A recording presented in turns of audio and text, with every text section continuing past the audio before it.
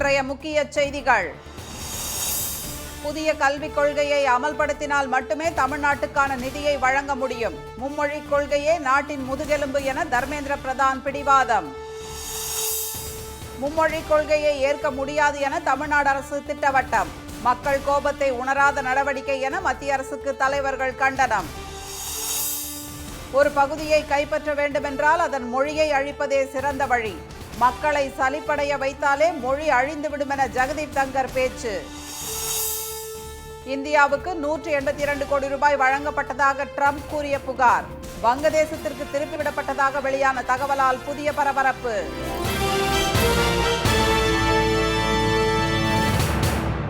வணக்கம். வணக்கம். மும்மொழி கொள்கைதான் நாட்டின் முதுகெலும்பு என்று கூறியுள்ள மத்திய கல்வி அமைச்சர் திரு தர்மேந்திர பிரதான் புதிய கல்விக் கொள்கையை அமல்படுத்தினால் மட்டுமே தமிழ்நாட்டுக்கான நிதியை வழங்க முடியும் என்று திட்டவட்டமாக தெரிவித்துள்ளார்.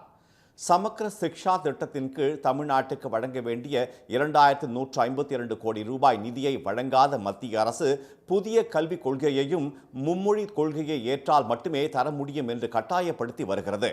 இதற்கு தமிழ்நாட்டு மக்களிடம் கடும் எதிர்ப்பு எழுந்துள்ள நிலையில் இப்பிரச்சனை தொடர்பாக பிரதமர் திரு மோடிக்கு முதலமைச்சர் திரு மு.க. ஸ்டாலின் நேற்று கடிதம் எழுதியிருந்தார். அதற்கு பதிலளித்து முதலமைச்சருக்கு கடிதம் எழுதியுள்ள திரு தர்மேந்திர பிரதான் மும்மொழி கொள்கை இந்திய கல்வி திட்டத்தின் முதுகெலும்பு என்றும் பாஜக ஆளாத பிற மாநிலங்கள் கூட புதிய கல்விக் கொள்கையை அமல்படுத்தியுள்ள நிலையில் தமிழ்நாடும் அதை ஏற்றுக்கொள்ள வேண்டும் என்று கூறியுள்ளார். கல்வியை அரசியலாக்காமல் புதிய கல்விக் கொள்கையை அமல்படுத்த வேண்டும் என்றும் அவர் தெரிவித்துள்ளார். இதற்கு கண்டனம் தெரிவித்துள்ள துணை முதலமைச்சர் திரு உதயநிதி கல்வியை யார் அரசியலாக்கியிருக்கிறார்கள் என்பது தமிழக மக்களுக்கு நன்றாக தெரியும் என்று தெரிவித்தார். தமிழ்நாட்டு மக்களுக்கு சேர வேண்டிய நிதி உரிமையை கேட்குறோம். மாணவர்களுக்கு வர வேண்டிய அந்த கல்வித்தொகையை நம்ம கேட்டிருக்கோம். 2150 கோடி நமக்கு கொடுக்க வேண்டியது வருஷம் கொடுத்துட்ருக்காங்க. இப்போ இந்த வருஷம் NEP ஏற்றுக்கணும், அது மட்டும் இல்லை மும்மொழி கொள்கை ஏற்றுக்கணுன்றாங்க. தமிழ்நாடு எப்பொழுதுமே மும்மொழி கொள்கைக்கு எதிராக தான் இருந்திருக்கு. நம்ம எப்பொழுது எந்த காலத்திலையும் ஏற்றுக்க மாட்டோம்னு தெளிவாக சொல்லியாச்சு. இதில் என்ன அரசியல் பண்ணுறது எனக்கு புரியல. மொழிப்போருக்காக பல உயிர்களை கொடுத்த மாநிலம் தமிழ்நாடு. தமிழர்களுடைய உரிமை அது, கல்வி உரிமைங்கிறது. இப்போ யார் அரசியல் பண்ணுறாங்கிறது நீங்கள் புரிஞ்சுக்கணும். திரு தர்மேந்திர பிரதான் தமது அறிக்கையில் தமிழ்நாடு பல்வேறு அம்சங்களில் முன்னோடியாக இருப்பதை குறிப்பிட்டு PM ஸ்ரீ பள்ளிகளை செயல்படுத்தாததால் தமிழ்நாடு 5000 கோடி ரூபாயை இழப்பதாக தெரிவித்துள்ளார். அவரது அறிக்கை மூலம் புதிய கல்விக் கொள்கையை ஏற்றால் மட்டுமே தமிழ்நாட்டுக்கு கல்வி நிதி வழங்கப்படும் என மத்திய அரசு பிடிவாதமாக இருப்பது உறுதியாகி உள்ளது. இந்நிலையில் செய்தியாளர்களிடம் பேசிய பள்ளி கல்வித்துறை அமைச்சர் திரு அன்பில் மகேஷ் இருமொழி கொள்கையில் படித்த தமிழ்நாட்டு இளைஞர்கள் இஸ்ரோ வரை உயர் பதவிகளில் இருப்பதை சுட்டிக்காட்டியதுடன் மத்திய அரசு உண்மையில் தமிழ்நாட்டை மதிப்பதாக இருந்தால் நிபந்தனை விதிக்காமல் உடனே நிதியை வழங்க வேண்டும் என்று கூறினார். இளைய சமுதாயத்தை மனசில் வச்சு நீங்கள் உள்ளபடியே நீங்கள் இது மாதிரியான செய்தியை செய்ய வேண்டும் என்று சொன்னால் அதற்கென்று நீங்கள் தனியாக கண்டிஷன்ஸ் போடக்கூடாது. நாங்கள் இது வரைக்கும் ஏதாச்சும் ப்ரூவ் பண்ணாமல் இருக்கிறோமா? ஒட்டுமொத்தமாக தமிழ்நாட்டை சார்ந்திருக்கின்ற பிள்ளைகள், இருமொழி கொள்கையை பின்பற்றுகின்ற பிள்ளைகள் இன்றைக்கு எந்த அளவிற்கு ஒரு ப்ரூவன் ப்ராடக்ட்ஸாக எல்லாமே பார்த்தீங்கன்னா அரசு பள்ளியில் படித்த இருமொழி கொள்கையை பின்பற்றியவர்கள் தான் இருக்கிறாங்க. இந்நிலையில் கல்வியில் மத்திய பாஜக அரசு அரசியல் செய்வதாக பல்வேறு அரசியல் கட்சி தலைவர்கள் குற்றம் சாட்டியுள்ளனர். அதிமுக பொதுச் செயலாளர் எடப்பாடி திரு பழனிசாமி வெளியிட்ட அறிக்கையில் மத்திய கல்வி அமைச்சரின் பதில் அதிர்ச்சி அளிப்பதாகவும் மும்மொழி கொள்கையை ஏற்காவிட்டால் 5000 கோடி ரூபாய் வழங்கப்படாது என்று கூறுவது தமிழக மக்களிடையே கோபத்தை ஏற்படுத்தியுள்ளதாகவும் கூறியுள்ளார். மும்மொழி கொள்கை என்ற பெயரில் சமஸ்கிருத இந்தி திணிப்பை மேற்கொள்ளும் மத்திய அரசும் மத்திய அமைச்சரும் மக்கள் கருத்தை மதிக்காமல் பிடிவாதம் பிடிப்பதாகவும் இது மாநில உரிமைக்கு எதிரானது என்றும் தலைவர்கள் கடும் கண்டனம் தெரிவித்துள்ளனர். மும்மொழி கொள்கையை பிடிவாதமாக திணிக்க முயற்சிக்கும் தர்மேந்திர பிரதானை கண்டித்து 28ஆம் தேதி சென்னை வரும் அவருக்கு கருப்பு கொடி காட்டப்படும் என்று தமிழ்நாடு காங்கிரஸ் தலைவர் திரு செல்வ பெருந்தகை அறிவித்துள்ளார். சென்னையில் திரு சுப வீரபாண்டியன் தலைமையில் மத்திய அரசை கண்டித்து திராவிட இயக்க தமிழர் பேரவை நடத்திய ஆர்ப்பாட்டத்திலும் அமைச்சரின் பதிலுக்கு கண்டனம் தெரிவிக்கப்பட்டது. ஒரு பகுதியை கைப்பற்ற வேண்டுமானால் அங்குள்ள மக்கள் பேசும் மொழியையும் அதன் கலாச்சாரத்தையும் அழிப்பதே அதற்கான சிறந்த வழி என்று குடியரசு துணைத் தலைவர் திரு ஜெகதீப் தங்கர் தெரிவித்துள்ளார். 98வது அகில இந்திய மராத்தி இலக்கிய விழா டெல்லியில் நடைபெற்றது. அதில் திரு ஜெகதீப் தங்கர், தேசியவாத காங்கிரஸ் தலைவர் திரு சரத்பவார் உள்ளிட்ட பலர் கலந்து கொண்டனர். நிகழ்ச்சியில் பங்கேற்ற பிரதிநிதிகளுடன் கலந்துரையாடிய குடியரசு துணைத் தலைவர் ஒரு நாடு என்பது செல்வ வளத்தை மட்டுமின்றி கலாச்சாரம் மற்றும் பண்பாடு ஆகியவற்றையும் கொண்டு கட்டமைக்கப்படுவதாக கூறினார். இந்தியா தனித்துவமிக்க நாடு என்பதால் இங்கு படையெடுத்து வந்த ஆக்கிரமிப்பாளர்கள் நமது கலாச்சாரத்தையும் பண்பாட்டையும் வழிபாட்டு தலங்களையும் அழிக்க கொடூரமாக நடந்து கொண்டதாக அவர் கூறினார். ஒரு பகுதியை கைப்பற்ற வேண்டும் என்று முடிவு செய்தால் படையெடுத்து போர் நடத்துவதற்கு பதிலாக அங்குள்ள மக்கள் பேசும் மொழியையும் அவர்களின் கலாச்சாரத்தையும் இலக்கியங்களையும் அழிப்பதே சிறந்த வழி என்ற திரு ஜெகதீப் தங்கர், அவ்வாறு ஒரு மொழியை முடக்க நினைத்தால் முதலில் அம்மொழி பேசும் மக்களை சலிப்படைய வைக்க வேண்டும் என்றும் அதன் மூலம் அந்த மொழியின் வளர்ச்சியும் அதன் செழுமையான வரலாறும் படிப்படியாக மறையத் தொடங்கும் என்றும் கூறினார்.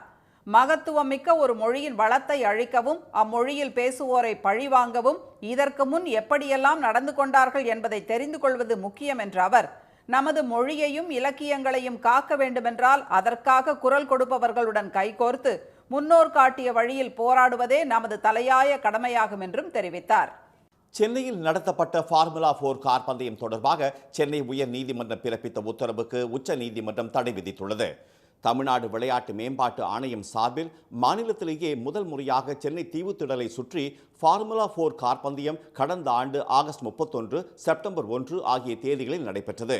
இதை எதிர்த்து தொடரப்பட்ட பொதுநல வழக்கை விசாரித்த சென்னை உயர் நீதிமன்றம் தமிழ்நாடு அரசு செலவிட்ட 42 கோடி ரூபாயை நிகழ்ச்சிக்கு ஏற்பாடு செய்த தனியார் நிறுவனம் திருப்பி அளிக்க வேண்டும் என்று உத்தரவிட்டது. மேலும் எதிர்காலத்தில் இத்தகைய விளையாட்டுகளை நடத்தும் பொறுப்பை அரசே ஏற்க வேண்டும் என்றும் அனுபவம் வாய்ந்த தனியார் நிறுவனங்களின் உதவியை பெற்றுக் கொள்ளலாம் என்றும் உயர்நீதிமன்றம் கூறியிருந்தது.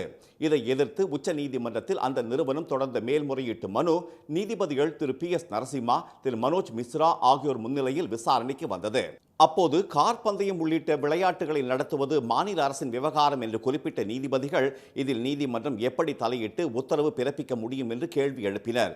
அரசு மற்றும் தனியார் நிறுவனத்திற்கு இடையே பொதுநல நோக்கில் ஏற்பட்ட ஒப்பந்தத்தின் சட்டப்பூர்வ நெறிமுறைகளை உயர் நீதிமன்றம் புறந்தள்ளியுள்ளதாக குறிப்பிட்ட நீதிபதிகள் 42 கோடி ரூபாயை தமிழ்நாடு அரசுக்கு தனியார் நிறுவனம் திருப்பி அளிக்க வேண்டும் என்ற உயர் நீதிமன்ற உத்தரவையும் ரத்து செய்து உத்தரவிட்டனர். தமிழ்நாடு விளையாட்டு மேம்பாட்டு ஆணையம் கார் பந்தய ஒருங்கிணைப்பு பணிகளை மட்டும் மேற்கொண்டதாகவும் அரசு பணத்தை தவறாக பயன்படுத்தவில்லை என்றும் நீதிபதிகள் குறிப்பிட்டனர். இந்த வழக்கின் தீர்ப்பு தேதி குறிப்பிடாமல் ஒத்திவைக்கப்பட்டுள்ளது. இந்தியாவில் வாக்காளர் எண்ணிக்கையை அதிகரிப்பதற்காக வழங்கப்படும் நிதியை அமெரிக்கா ரத்து செய்துவிட்டதாக கூறப்பட்ட நிலையில் அது வங்கதேசத்திற்கு ஒதுக்கப்பட்டது என்பது தெரிய வந்துள்ளது. அமெரிக்க அதிபராக ட்ரம்ப் பதவியேற்ற பிறகு அரசு செயல்திறன் என்ற துறை உருவாக்கப்பட்டு அதன் தலைவராக தொழிலதிபர் எலன் மஸ்க் நியமிக்கப்பட்டார். செலவினங்களை குறைக்கும் நடவடிக்கையாக இந்தியாவில் வாக்கு சதவீதத்தை அதிகரிக்க அமெரிக்க அரசு சார்பில் ஒதுக்கப்பட்ட 182 கோடி ரூபாய் நிதி உதவியை ரத்து செய்வதாக எலன் மஸ்க் அறிவித்தார். இந்தியாவில் வாக்காளர்களின் சதவீதத்தை அதிகரிக்க நாம் ஏன் $21 மில்லியன் வழங்க வேண்டும் என்று கேள்வி எழுப்பிய ட்ரம்ப் வேறொரு கட்சியை தேர்தலில் வெற்றி பெற வைக்க இந்த நிதியை ஜோ பைடன் நிர்வாகம் வழங்கியிருக்கலாம் என சந்தேகம் எழுப்பினார். அவரது குற்றச்சாட்டு சலசலப்பை ஏற்படுத்திய நிலையில் $21 மில்லியன் நிதியானது 2022ஆம் ஆண்டு வங்கதேசத்துக்கு ஒதுக்கப்பட்டதாக தகவல்கள் வெளியாகியுள்ளன. அதில் $13.3 மில்லியன் ஏற்கனவே வழங்கப்பட்டதாகவும் 2024ஆம் ஆண்டு நாடாளுமன்ற தேர்தலை முன்னிட்டு வழங்கப்பட்டதாகவும் கூறப்படுகிறது. மாணவர்கள் போராட்டம் காரணமாக பிரதமர் ஷேக் ஹசீனா நாட்டை விட்டு வெளியேறும் முன்பு இந்த தொகை வங்கதேசத்திற்கு வழங்கப்பட்டதாக தகவல்கள் தெரிவிக்கின்றன. வாக்காளர் எண்ணிக்கையை அதிகரிப்பது உள்ளிட்ட பணிகளுக்காக 2008ஆம் ஆண்டுக்கு பிறகு இந்தியாவுக்கு எந்த ஒரு நிதி உதவியையும் அமெரிக்கா வழங்கவில்லை என்று அமெரிக்க அரசு செயல்திறன் துறையின் புள்ளி விவரங்கள் தெரிவித்துள்ளதாகவும் கூறப்படுகிறது. வட அமெரிக்காவின் அட்லாண்டா நகரில் தொடர்ந்து 2வது ஆண்டாக தமிழ் வாரம் பறைசாற்றப்பட்டுள்ளது. இதற்கான அறிக்கையை ஜார்ஜியா மாகாண ஆளுநர் பிரையன் கெம்ப், முதல் பெண்மணி மார்டி கெம்ப் ஆகியோரிடமிருந்து அட்லாண்டா மாநகர தமிழ்ச்சங்க நிர்வாகிகள் ஏற்கனவே பெற்றுக்கொண்டனர். தாய்மொழி தினமான இன்று தொடங்கி ஒரு வாரம் நடைபெறும் கொண்டாட்டங்களில் அடுத்த தலைமுறைக்கு தமிழை கொண்டு செல்வதற்காக அமுதே சுவையே உள்ளிட்ட நிகழ்ச்சிகள் நடத்தப்படுகின்றன. பிளாக், கருப்பு, ஒயிட், வெள்ளை, கிரீன், பச்சை, எல்லோ, மஞ்சள், கேட், பூனா, குழலினிது யாழினிது உள்ளிட்ட நிகழ்ச்சிகள் மழலைகளின் மொழியறிவை வளர்க்கும் நோக்கில் நடத்தப்படுகின்றன. குரல் இனிது, யாழ் இனிது என்பதம் மக்கள் மலரேச்சல் கேளாதவர். குழல்னா என்ன? குரல் ஒரு இசைக்கருவி. யாழ்னா என்ன? யாழும் ஒரு இசைக்கருவி. நன்றி, வணக்கம். தமிழ்நாட்டின் கிராமிய நடனங்கள் உள்ளிட்ட மரபு கலைகளுக்கும் இந்த கொண்டாட்டத்தில் முக்கியத்துவம் தரப்படுகிறது. ஆலம் விழுதுகள், இயலும் தமிழும் உள்ளிட்ட பல நிகழ்ச்சிகளுடன் அட்லாண்டா மாநகர தமிழ்ச் சங்கத்துடன் இணைந்து தமிழ் வாரத்தை ஜார்ஜியா மாகாண தமிழ் மக்கள் இணைய வழியில் கொண்டாடி வருகின்றனர். பனாரஸ் இந்து பல்கலைக்கழகத்தில் பிரதமர் அறிவித்த பாரதி பெயரிலான தமிழ் இருக்கைக்கு 3 ஆண்டுகளாக பேராசிரியர் நியமிக்கப்படாதது அம்பலமாகி உள்ளது. பல்வேறு நாடுகளில் உள்ள பிரபல பல்கலைக்கழகங்களில் தமிழ் இருக்கைகள் செயல்பட்டு வருகின்றன. அமெரிக்காவின் ஹூஸ்டன் பல்கலைக்கழகத்தில் தமிழ் இருக்கை நிறுவ 2022ஆம் ஆண்டு நவம்பரில் தமிழக அரசு சார்பில் 2.5 கோடி ரூபாய் நிதியுதவிக்கான காசோலையை முதலமைச்சர் திரு மு.க. ஸ்டாலின் அந்த பல்கலைக்கழகத்தின் பேராசிரியரிடம் வழங்கினார். கடந்த டிசம்பர் மாதம் கூடுதலாக 1.5 கோடி ரூபாயை தமிழ்நாடு அரசு வழங்கியது.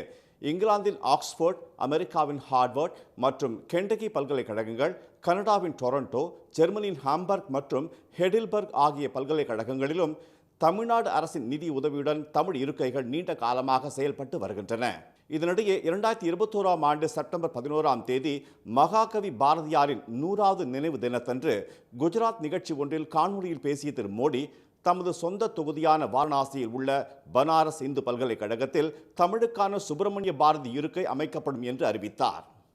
அதன்படி 2022ஆம் ஆண்டில் காசி தமிழ்ச் சங்கமம் நடைபெற்று கொண்டிருந்த நேரத்தில் யுஜிசி சார்பில் பாரதி இருக்கை பணிகளுக்காக 10,60,000 ரூபாய் நிதியுதவி வழங்கப்பட்டது. எனினும் பாரதி இருக்கைக்கான பேராசிரியர் பணியிடம் நிரப்பப்படாததால் யுஜிசி ஒதுக்கிய நிதி செலவிடப்படவில்லை.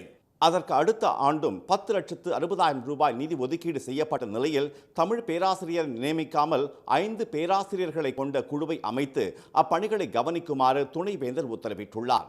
தற்போது 3 ஆண்டுகள் கடந்த நிலையிலும் தமிழ் பேராசிரியர் நியமிக்கப்படாததால் பாரதி இருக்கை முடங்கி கிடப்பதாக தமிழ் ஆர்வலர்கள் வேதனை தெரிவிக்கின்றனர்.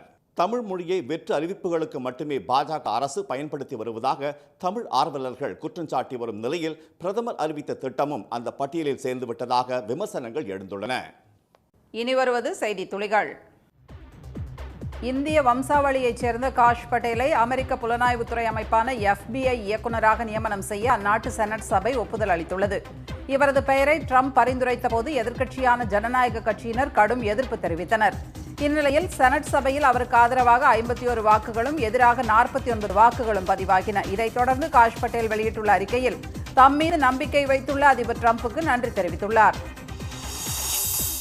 ஆளுநருக்கு எதிராக தமிழ்நாடு அரசு தொடர்ந்த வழக்கில் ஆளுநர் திரு RN ரவி தரப்பில் உச்சநீதிமன்றத்தில் எழுத்துப்பூர்வமான வாதங்கள் தாக்கல் செய்யப்பட்டுள்ளன. அதில் அரசியல் சாசன பிரிவு 200 கீழ் ஆளுநருக்கு தனிப்பட்ட அதிகாரம் உள்ளதாகவும் குறிப்பிட்ட காலத்திற்குள் மசோதாக்களுக்கு ஒப்புதல் வழங்க வேண்டும் என பஞ்சாப் விவகாரத்தில் உச்சநீதிமன்றம் வழங்கிய தீர்ப்பு தமக்கு பொருந்தாது என்றும் திரு ரவி தெரிவித்துள்ளார். மாநில அமைச்சரவையின் ஒவ்வொரு முடிவுக்கும் ஏற்ப செயல்பட முடியாது என்றும் ஆளுநர் தரப்பில் தெரிவிக்கப்பட்டுள்ளது. மும்மொழி திட்டத்தின் மூலமாக தமிழ்நாட்டில் ஹிந்தியை திணிக்க நினைக்கும் மோடி அரசை கண்டித்து வந்தவாசியில் திமுகவினர் ஊர்வலமாக சென்றனர். கண்டன முழக்கங்களை எழுப்பிய அவர்கள் பொதுமக்களிடம் துண்டு பிரசுரங்களை வழங்கினர். மதுரை மாவட்டம் திருமங்கலத்திலும் மத்திய அரசின் மும்மொழி கொள்கைக்கு எதிராக விழிப்புணர்வு ஏற்படுத்தும் வகையில் துண்டு பிரசுரங்களை திமுகவினர் விநியோகித்தனர். திருமங்கலம் உள்ளிட்ட பல இடங்களில் திமுக விளையாட்டு மேம்பாட்டு அணி சார்பில் கெட் அவுட் மோடி என்ற வாசகங்களுடன் சுவரொட்டிகள் ஒட்டப்பட்டுள்ளன. இலங்கை கடற்படை துப்பாக்கிச்சூடு நடத்தி 13 மீனவர்களை சிறைப்பிடித்ததை கண்டித்து 10 நாட்களாக நடத்தி வந்த தொடர் போராட்டத்தை காரைக்கால் மீனவர்கள் திரும்ப பெற்றனர். இந்த விவகாரத்தில் மத்திய அரசு மற்றும் புதுச்சேரி அரசு உரிய நடவடிக்கை எடுக்காததை கண்டித்து மீனவர்கள் பல்வேறு போராட்டங்களில் ஈடுபட்டனர். இன்று குடும்ப அட்டைகளையும் ஆதார் அட்டைகளையும் மாவட்ட ஆட்சியரிடம் ஒப்படைக்கப் போவதாக அவர்கள் அறிவித்திருந்தனர். இந்நிலையில் மீனவர் சங்க பிரதிநிதிகளுடன் காரைக்கால் மாவட்ட ஆட்சியர் திரு சோமசேகர் அப்பாராவ் பேச்சு நடத்தினார். 1 மணி நேரத்திற்கு மேலாக நடைபெற்ற பேச்சுவார்த்தையில் உடன்பாடு ஏற்பட்டு மீனவர்கள் வேலைநிறுத்த போராட்டத்தை வாபஸ் பெற்றிருப்பதாக மாவட்ட ஆட்சியர் தெரிவித்தார்.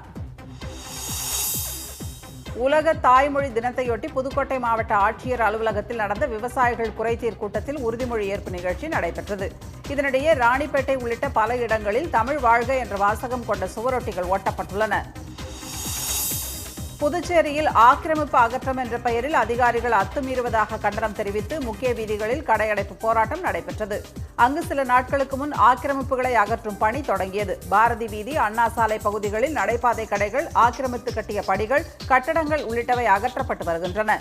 இந்த பணியின் போது அதிகாரிகள் அத்துமீறுவதாக குற்றம் சாட்டி வியாபாரிகள் சங்கங்கள் மற்றும் சமூக அமைப்புகள் சார்பில் இன்று கடையடைப்பு நடத்தப்பட்டது.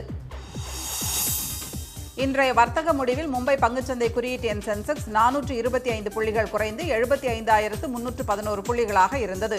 தேசிய பங்குச்சந்தை குறியீட்டு நிப்டி 117 புள்ளிகள் சரிந்து 22,796 புள்ளிகளாக நிறைவடைந்தது. சென்னையில் இன்று ஆபரண தங்கத்தின் விலை சவரனுக்கு 360 ரூபாய் குறைந்து ஒரு சவரன் 64,200 ரூபாயாகவும் 1 கிராம் 8,025 ரூபாயாகவும் உள்ளது. வெள்ளி விலை மாற்றமின்றி 1 கிராம் 109 ரூபாயாக உள்ளது. மீண்டும் இன்றைய முக்கிய செய்திகள். புதிய கல்விக் கொள்கையை அமல்படுத்தினால் மட்டுமே தமிழ்நாட்டுக்கான நிதியை வழங்க முடியும் என்று மத்திய அமைச்சர் தர்மேந்திர பிரதான் திட்டவட்டமாக தெரிவித்துள்ளார். ஒரு பகுதியை கைப்பற்ற வேண்டுமானால் அங்குள்ள மக்கள் பேசும் மொழியையும் அதன் கலாச்சாரத்தையும் அழிப்பதே சிறந்த வழி என ஜெகதீப் தங்கர் கூறியுள்ளார். இந்தியாவில் வாக்காளர் எண்ணிக்கையை அதிகரிக்க வழங்கப்படும் நிதியை அமெரிக்கா ரத்து செய்துவிட்டதாக கூறப்பட்ட நிலையில் அது வங்கதேசத்திற்கு ஒதுக்கப்பட்டிருப்பது தெரியவந்துள்ளது. இத்துடன் இந்த செய்திகள் நிறைவடைந்தன. மீண்டும் சன் டிவியில் செய்திகள் காலை 7:30 மணிக்கு. செய்திகளை உடனுக்குடன் தெரிந்து கொள்ள QR கோடை ஸ்கேன் செய்து சன் நியூஸ் வாட்ஸ்அப் சேனலில் இணைந்திருங்கள். வணக்கம். வணக்கம்.